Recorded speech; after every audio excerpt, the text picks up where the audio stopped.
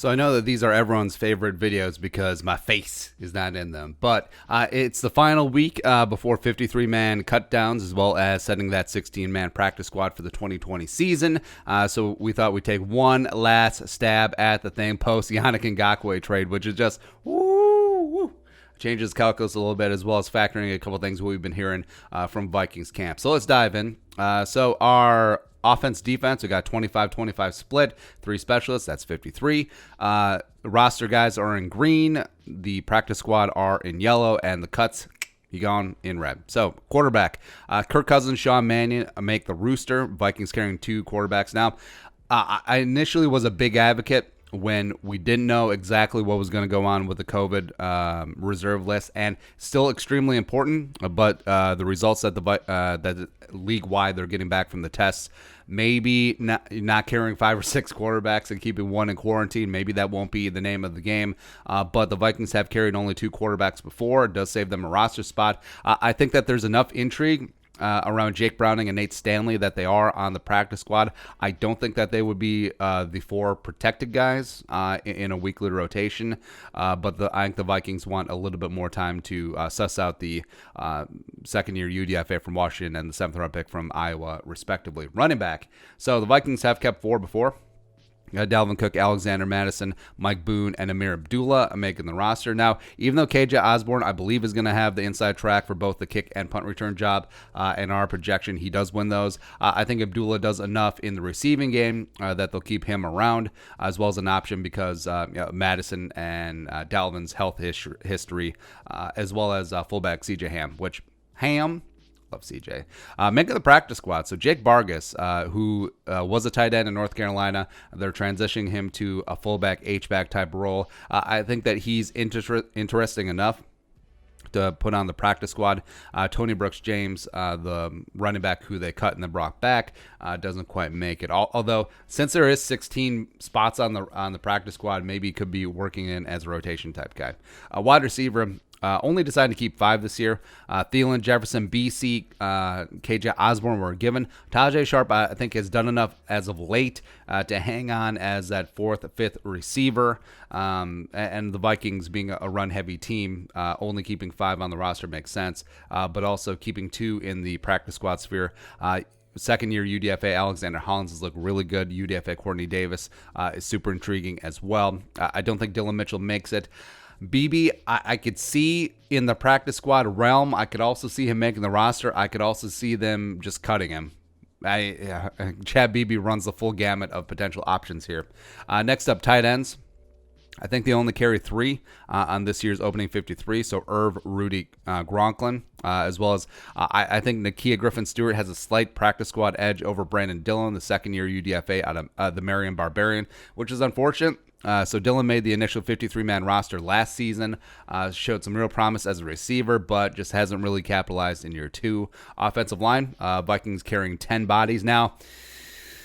Riley Reiff remains, even though I think Reiff could be a cap casualty. Yeah, I mean, it's just...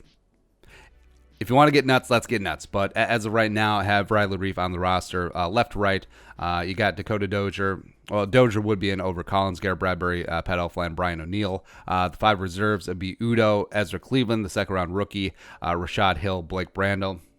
Vikings going extremely heavy on some tackle talent, as well as you got Aviante Collins in the mix as well. And now I hear what you're saying. It's like, well, who fills in at center if something happens to Bradbury, God forbid? Well, Elflein has tons of center experience. Same thing.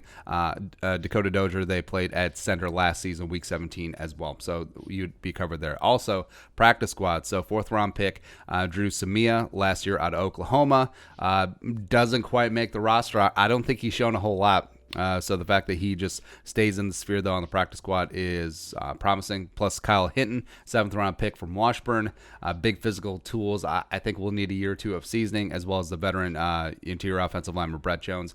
Jake Lucina doesn't quite make the squad, but also you could convince me of a world where the Vikings do either roster 11 offensive linemen, which a bit unheard of, but given the Vikings offensive line state, would be okay, in my opinion. Or they keep 4 offensive linemen on the 16-man practice squad, and all all 14 of the Vikings offensive linemen are either on the roster or practice squad in somewhere or the other.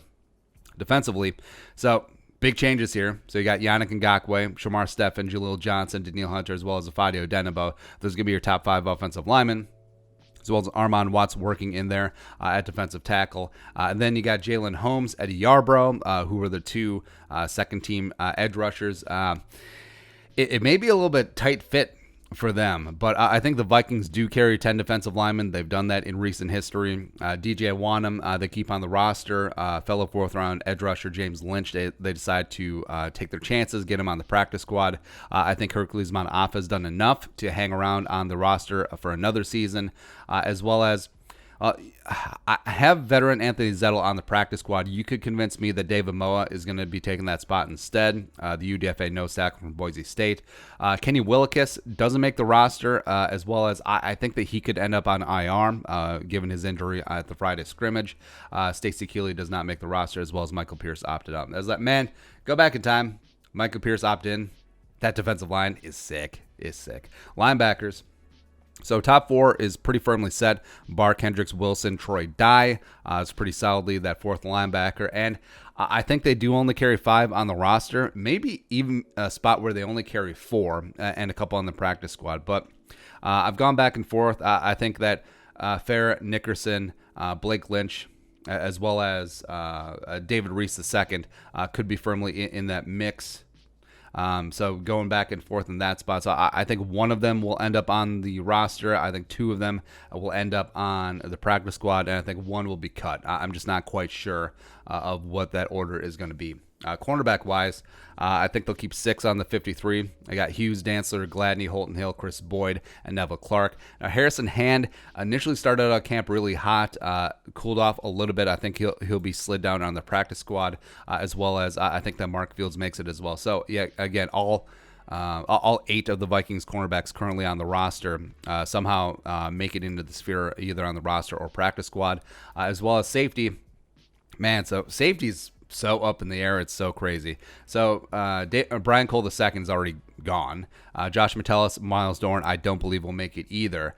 So then behind Harrison Smith and Anthony Harris, the best safety duo in the NFL, you have converted cornerback Nate Metters, as well as waiver claim Stephen Parker, and then also converted wide receiver Dan Chisena, making the practice squad. So as weird as it sounds, like the 2 draft picks and the high-profile UDFA safeties all brick out. They don't make the roster. They don't make the practice squad.